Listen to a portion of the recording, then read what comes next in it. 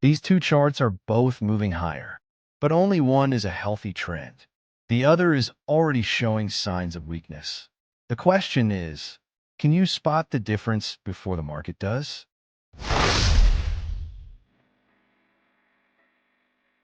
In the last episode, we learned how to identify whether a market is moving up, down, or sideways. But identifying the market is only the first step.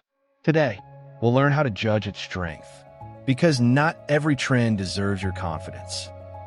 Let's begin with a simple sketch. A healthy uptrend doesn't move in a straight line. Price pushes higher, pulls back, then pushes even higher. Notice something important. Every new high is higher than the previous one, and every pullback stays above the previous low. Buyers remain in control. That's what makes this trend healthy. Now watch what changes. Price still reaches a new high, but the next pullback is much deeper. Buyers are no longer pushing price with the same confidence. This doesn't guarantee a reversal, but it tells us the trend is beginning to weaken. The same idea works in reverse. A healthy downtrend keeps making lower highs and lower lows. Sellers stay in control. Every rally fails to reach the previous high. Every decline pushes even lower. That's a healthy downtrend. Sometimes, there isn't a trend at all. Price simply moves between support and resistance. Neither buyers nor sellers are in control.